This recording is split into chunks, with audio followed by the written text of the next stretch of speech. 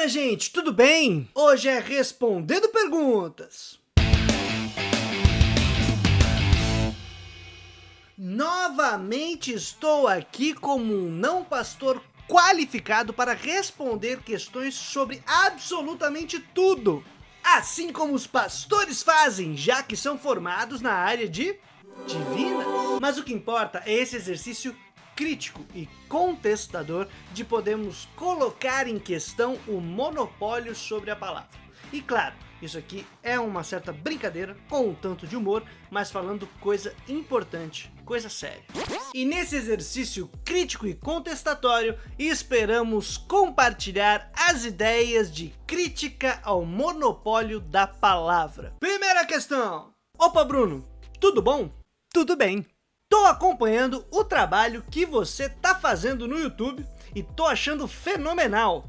Pelo menos alguém tá achando isso. Tamo junto, camarada. Vim aqui contribuir com uma pergunta. Uhul, mas você pode contribuir também no Apoia-se. Fica aí a dica. O que é o pentecostalismo ou o que são os pentecostalismos na sua concepção? Quais seriam os principais elementos dessa confissão religiosa, sobretudo no Brasil? Pergunta maravilhosa, porque eu posso comentar um pouquinho também sobre a minha história, dado que eu venho de tradição pentecostal e eu falo não só da questão religiosa, de frequentar a igreja, senão também familiar, e já explico por quê. Que bom que a pergunta foi o pentecostalismo ou os pentecostalismos, porque em geral nós temos tido nos jornais, avaliações de imprensa, essa coisa toda, o uso do termo neopentecostal, que não tá de todo errado. Você pode falar sobre os neopentecostais, que é um fenômeno que surge a partir dos anos 80, 90, para se referir a uma nova onda evangélica que estava muito conectada à questão da teologia da prosperidade e muito bem articulada com um tipo de organização social, mas isso fica para o meu curso Evangélicos e Política no Brasil. 2 merchans logo de cara. O que importa é que nós podemos sim e devemos falar, como o pessoal normalmente tem trabalhado nos estudos de ciência da religião e tudo mais, em pentecostalismos. Em especial porque a questão dos televangelistas, que são esses caras que pregam para multidões, utilizam dos meios de comunicação para poder propagar a palavra, fazer proselitismo de sua igreja e tudo mais, mudou muito a dinâmica das igrejas, né? Mudou muito a postura e as estratégias missiológicas ou de missões, né, missionárias das igrejas, de como falar com suas massas.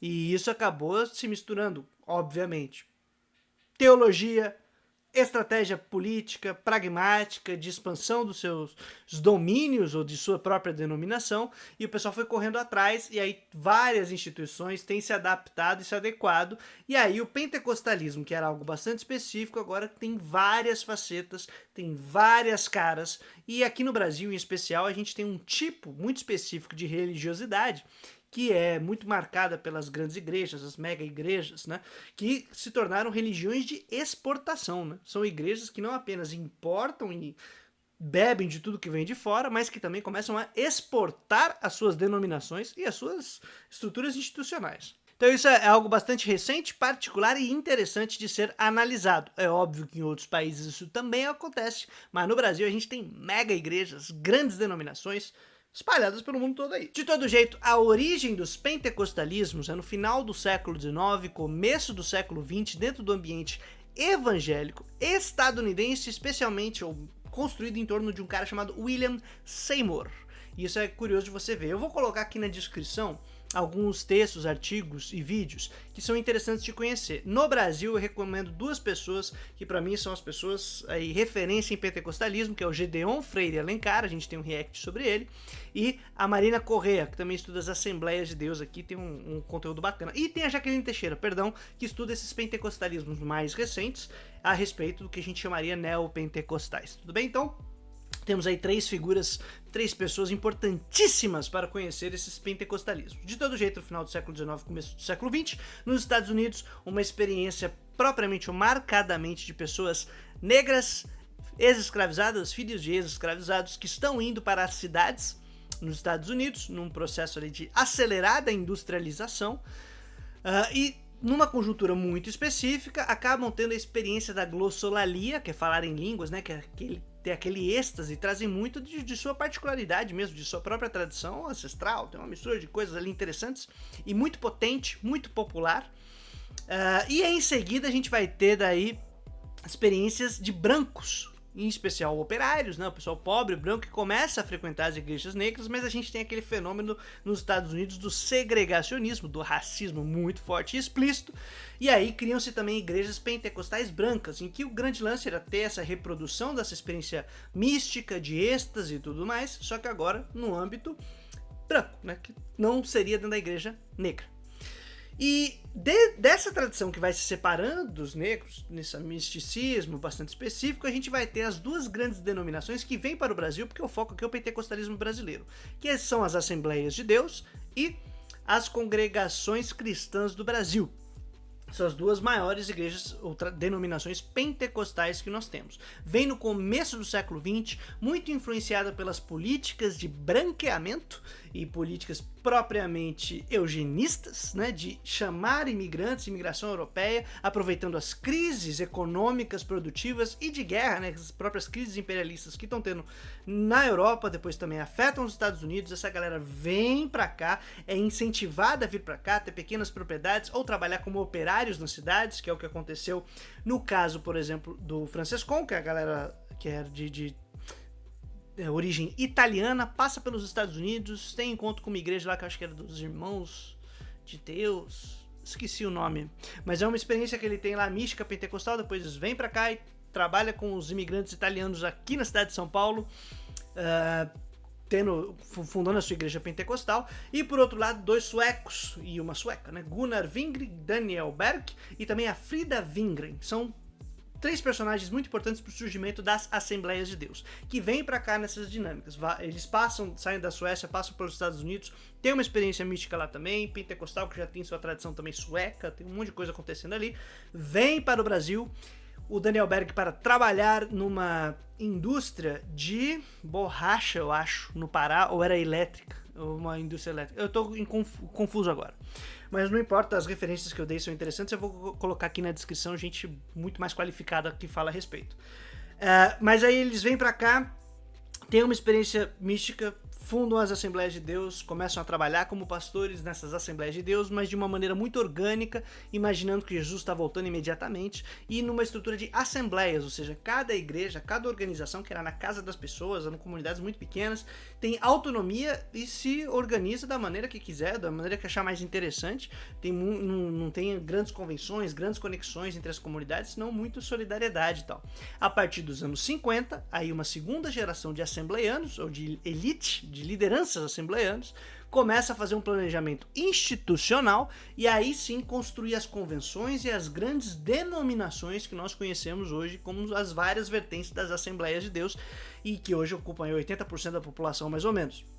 Essas várias vertentes daí dão meio que a toada de como será a estrutura dos pentecostais. Ela vai ser episcopal, quer dizer, tem um líder, um grande líder, que coordena de maneira piramidal a sua comunidade e faz alianças com outras denominações, que cria as grandes convenções. E cria, a partir de sua igreja, uma igreja central, que é normalmente, começando nas periferias, vai indo para os centros das cidades, com grandes templos, que funcionam como as sedes e criam as suas subsedes em diferentes setores, vai espalhando pelas periferias. E aí essas outras igrejas periféricas também fazem suas contribuições e devem a sua submissão às sedes, né? E aí o pessoal vai organizando e fazendo isso. Ao mesmo tempo que isso acontece, tem uma grande competição entre esses líderes, que estão se planejando, mas também estão querendo passar o pé no outro para ver quem vai ser o melhor, ou quem vai ter mais poder, vamos dizer assim.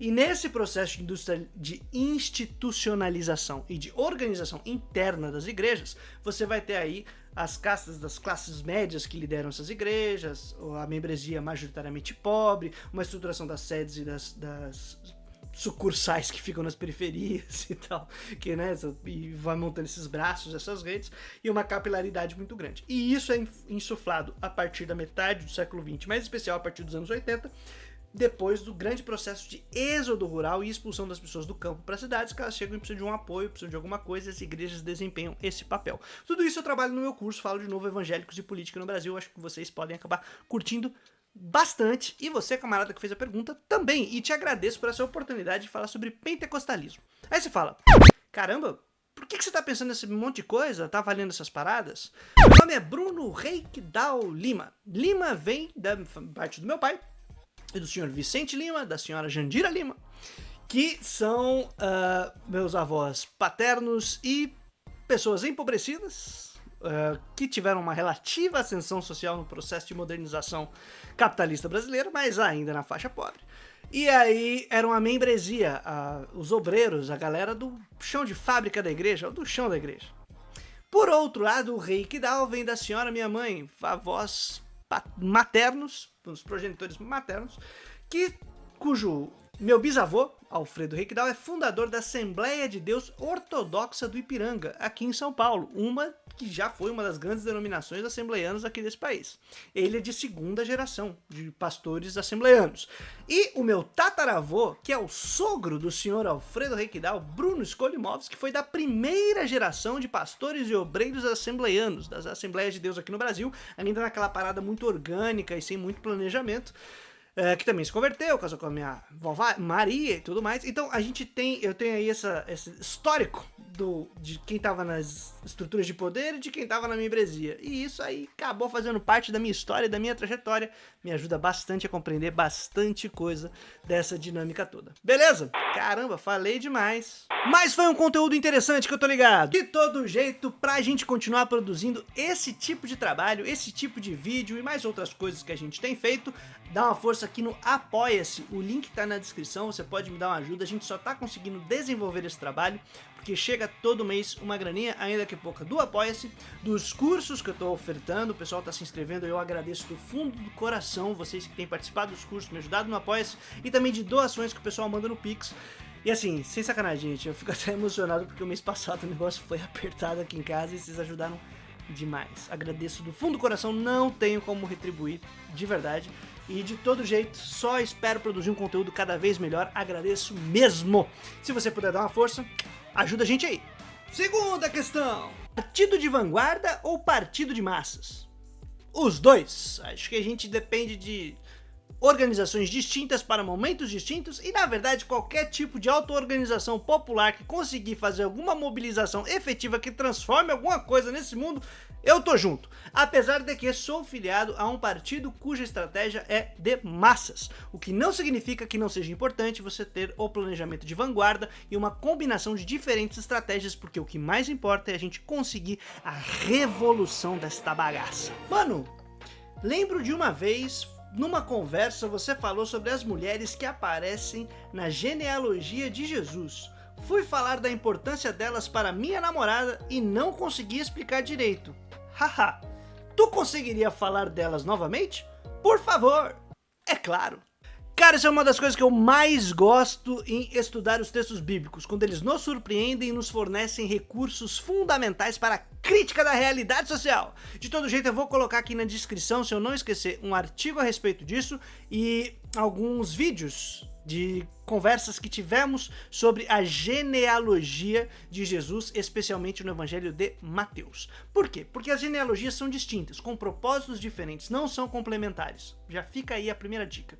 Os evangelhos são textos escritos por diferentes comunidades depois, um bom tempo depois que Jesus morreu, que fazem uma rememoração de sua vida numa tradição oral, ou seja, a respeito daquilo que aprenderam de seus mestres, dos apóstolos, daqueles que eram as lideranças de suas comunidades, e eles constroem coletivamente, recompilam, remontam, pegam os recursos e materiais que têm disponíveis para apresentar aquilo que vem, como experimentam, como compreendem e como querem ensinar a mensagem de Jesus, o testemunho de Jesus, que na verdade é a vida e a conduta de Jesus.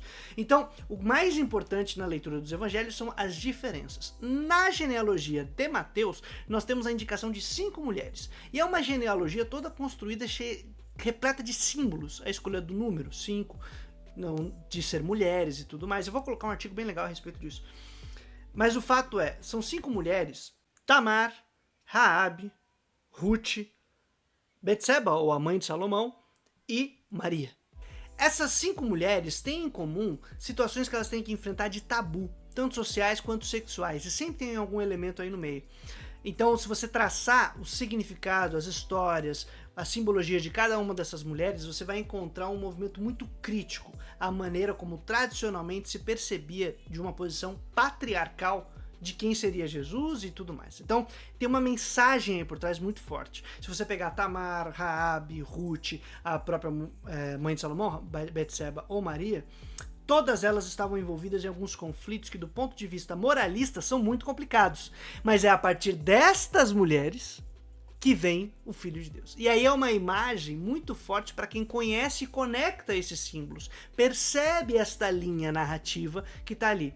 O pessoal que tinha contato com a tradição sabia disso. Quem não tem, às vezes fica meio perdido. Eles falam, nossa, mas até Maria? Sim, é uma jovem, não está casada, provavelmente adolescente, não está casada efetivamente. Ela aparece grávida, e como ela é vista por toda a sociedade, por toda a comunidade, como ela deveria ser vista por seu marido, por seus pais, por todo mundo. Ela tá grávida sem estar casada. Pergunta pro marido dela, é filho teu? Ele fala, não, não é meu filho não.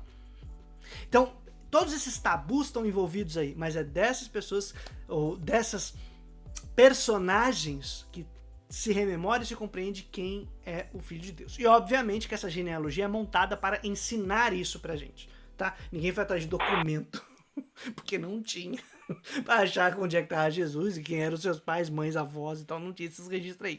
Monta-se isso porque é uma genealogia simbólica, assim como outras genealogias que a gente tem no texto bíblico. Cara, uma vez, preciso comentar isso, eu li esse texto uma vez, era Natal, numa casa, num abrigo, né? Um abrigo de crianças órfãos ou que foram retiradas do seu ambiente familiar por questões de violência e outras coisas mais, e tinha duas meninas que estavam grávidas, porque tinham sido abusadas, inclusive, num processo. Cara, uma história triste, terrível, assim. E eu não sabia disso, e a gente leu essas histórias, e a gente conversou sobre elas no Natal, porque era Natal, eu falei sobre o nascimento de Jesus, a gente leu as genealogias, e foi tão lindo, e libertador, tá ligado? Ver culpa indo embora, ver umas paradas, pô, mano, uma situação muito crítica, muito de crise, sem saber muito bem do contexto, trocamos essas ideias, fizemos uma conversa muito massa e aí foi bonito, assim, sabe? Poder ter esse tipo de leitura crítica popular é embaçado, é bom demais. Adão teve umbigo? Sim, também tinha 6 dedos, bicromia e astigmatismo. Cá entre nós, parece que teologia do domínio virou jargão de esquerda esvaziando o conteúdo. Sem dúvida, me parece que a galera que se deslumbrou com a descoberta de algum conteúdo novo aí, teórico, e aí, quando você fica deslumbrado, você quer trabalhar esse negócio e se conhecer. O problema é ir atropelando as próprias pernas e não olhar pra história e nem trocar ideia com os caras que já estudam isso aí há 1000 anos. O que o Estado de Israel tem a ver com as profecias bíblicas? Nada. Problema de colonialismo e imperialismo europeu em crise pós-Segunda Guerra Mundial, e eu vou colocar na descrição aqui uma entrevista que nós fizemos com a Nancy Cardoso, que por muito tempo trabalhou com o pessoal da Comissão para a Paz Justa na Palestina. Qual a influência das canções adoracionistas na apatia social do evangelicalismo? Cara, eu não sei, eu acho que eu não sou apto para falar a respeito. O que eu posso comentar é que eu não gosto de worship.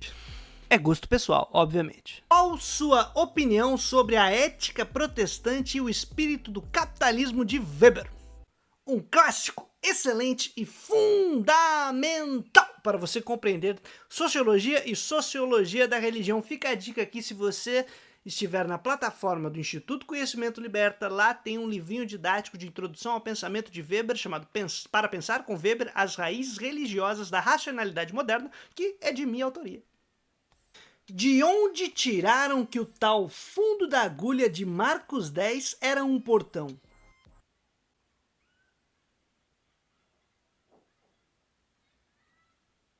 Como enfrentar a nossa própria tendência literal de leitura dos textos sagrados? Cara, isso é muito bom.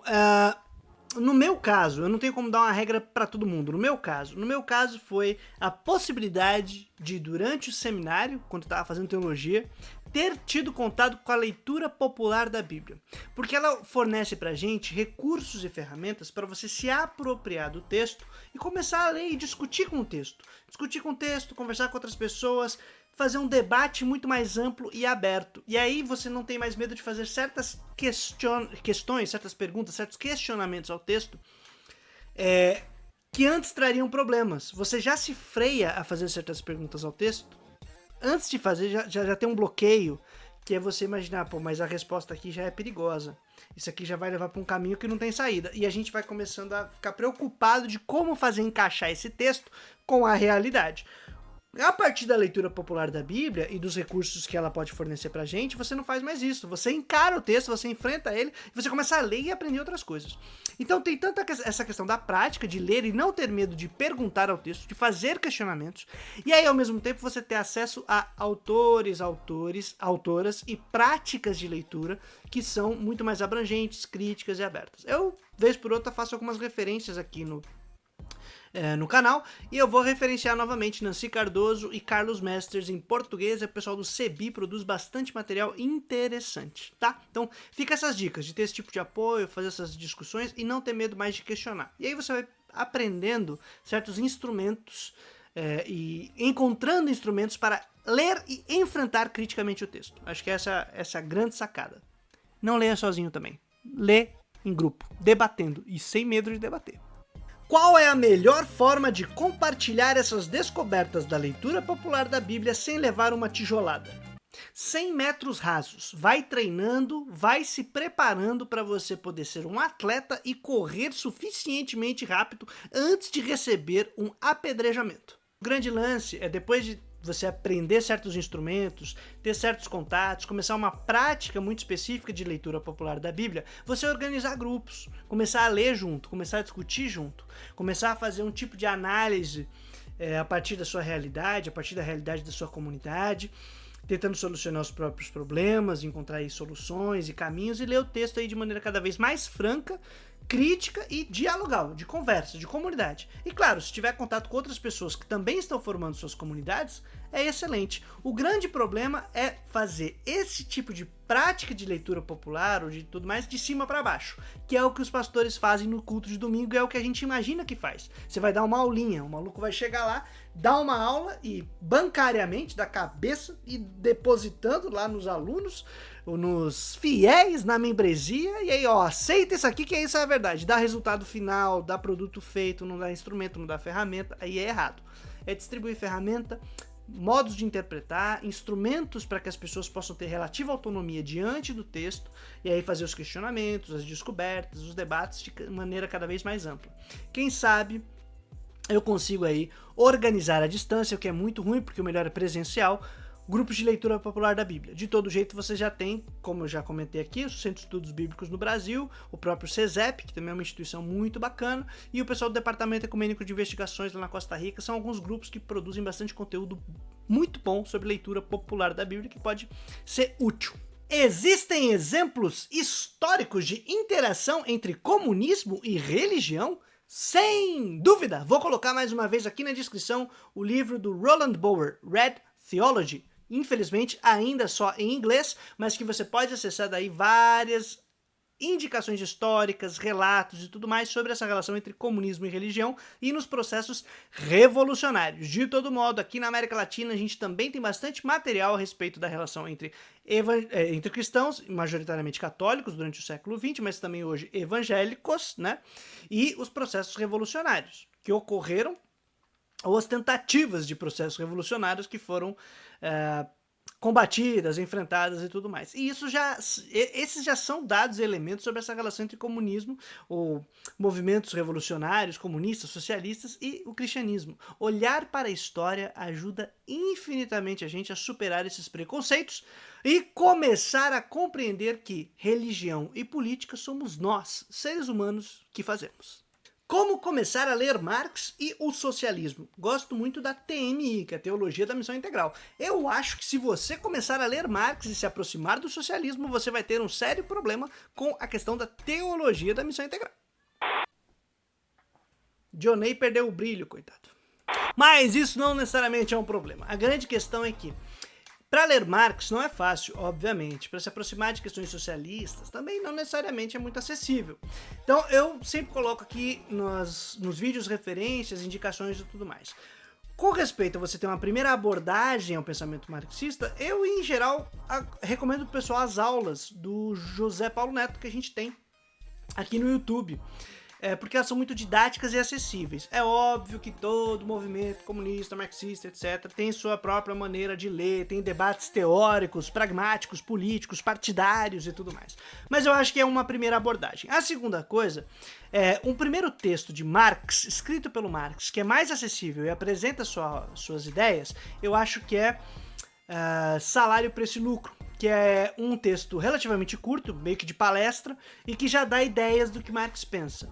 Para ler textos mais duros, tipo Capital e tudo mais, o mais recomendável é você ler em grupo, procurar algumas referências como professores, alguém que já foi, entre aspas, iniciado nesse negócio, porque não é fácil, não é um acesso muito tranquilo. Então tem grupos de leitura, tem grupos de pesquisa, tem grupos de estudo, tem gente que você pode acabar encontrando por aí, né? Então procurar algum grupo de estudo é legal, ou montar o seu grupo de estudo e começar a fazer pesquisas aí para ler. O grande lance é que a gente se acostumou com essa parada de ler sozinho, e ler sozinho não é bom. A gente não aprende sozinho, a gente não se puxa pelos próprios cabelos e vai sair levitando e compreendendo tudo. O mais legal é ler em grupo, ler criticamente, de pouquinho em pouquinho, vai aprendendo, vai compreendendo, e isso é num âmbito teórico, porque no âmbito prático, minha gente, a aproximação está na mobilização, organização em coletivos e partidos e começar a militar diariamente. Obviamente que não é simplesmente cumprir programas e atividades, senão você começar a atuar de maneira crítica com a realidade, começar a refletir, pensar, discutir, apontar problemas, fazer pautas organizadas com grupos distintos, em lugares diferentes, pra gente começar a se engajar e se mexer, porque é na luta que a gente vai aprendendo as coisas. O que mais te dá esperança? Cara, eu vou separar isso em duas coisas. Uma questão é a minha experiência de fé e a minha espiritualidade, que tem a ver com a minha vida, com a minha história, com a minha comunidade, com a minha família, para onde eu tenho uma certa esperança garantida, muito particular. Outra é a questão da militância e da luta popular, na qual eu não organizo e não dispendio minhas energias por uma questão de esperança, e sim por uma questão de necessidade. É uma necessidade estar vivo, comer, beber, e que as pessoas, meus irmãos, minhas irmãs, possam estar vivos, vivas, comendo, bebendo, desfrutando, tendo tempo para desfrutar da vida. A minha filhinha, que está aqui, ó, bem aqui, pequenininha, que hoje já não é tão pequenininha assim, para que ela tenha condições de vida no futuro, existe a possibilidade de respirar, que ela consiga suportar determinadas quantidades as mudanças climáticas que a gente está vivenciando, que seja possível ter dignidade e tempo para desfrutar daquilo que é bom na vida, que me motiva, que me faz bem, que ela possa fazer aquilo que motiva ela, que faz bem para ela. Necessidade. E isso me mobiliza muito. Distinto da minha experiência própria da minha espiritualidade e da minha fé. Que se você é evangélico, compartilha da mesma que eu, se você é cristão, cristã também. E no fundo, talvez muita gente compartilhe meio que da mesma coisa, do mesmo tipo de sonho, de vida boa, plenitude e dignidade. Mas distinguindo essas duas coisas, o que me faz me organizar e querer outro mundo possível não é propriamente uma esperança, e sim a necessidade. Qual o bioma mais adequado para criar a espécie Pastores sapiens? Uma estufa bem protegida de todas as intempéries exteriores, estável, sem qualquer possibilidade de invasores, conflitos ou terem que ter algum tipo de enfrentamento com a realidade. Isso cria os nossos lírios do campo, que tanto temem a fragilidade da vida. Obviamente que essa resposta foi uma resposta muito mal educada contra pastores folgados, e esses caras que se colocam como grandes líderes, vozes espirituais que tudo sabem, tudo podem e tudo fazem, as vozes de Deus na Terra. E uma resposta propiciada pelo bullying praticado pela minha companheira, mas graças a Deus não foi contra mim, senão contra esses outros seres humanos. De todo modo, se você curtiu esse conteúdo, tá achando bacana essa nossa proposta, tem como apoiar a gente de alguma maneira, dá uma força aqui no Apoia-se, o link tá na descrição, ou faz algum dos nossos cursos, que eles estão bem bacanas, tá? Especialmente o de Marx e Religião, fica a dica aí. E toda terça-feira abro a caixinha de perguntas lá no Instagram pra gente poder seguir com esse compartilhamento de ideias, essa troca de valores, um bate-papo, uma coisa aleatória, tal qual os pastores fazem. Falando sozinhos, claro. Espero vocês numa próxima e trazemos a boa nova todo dia útil até a vitória final. Valeu!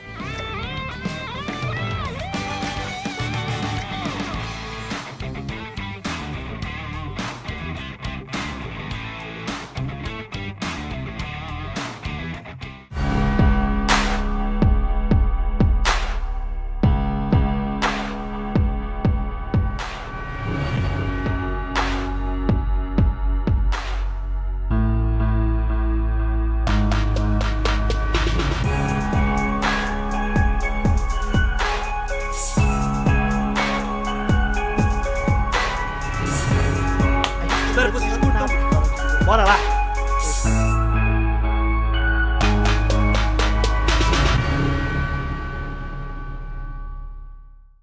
Es en el tema que les estoy explicando. Last week. Hay una historia nueva o común a toda América Latina.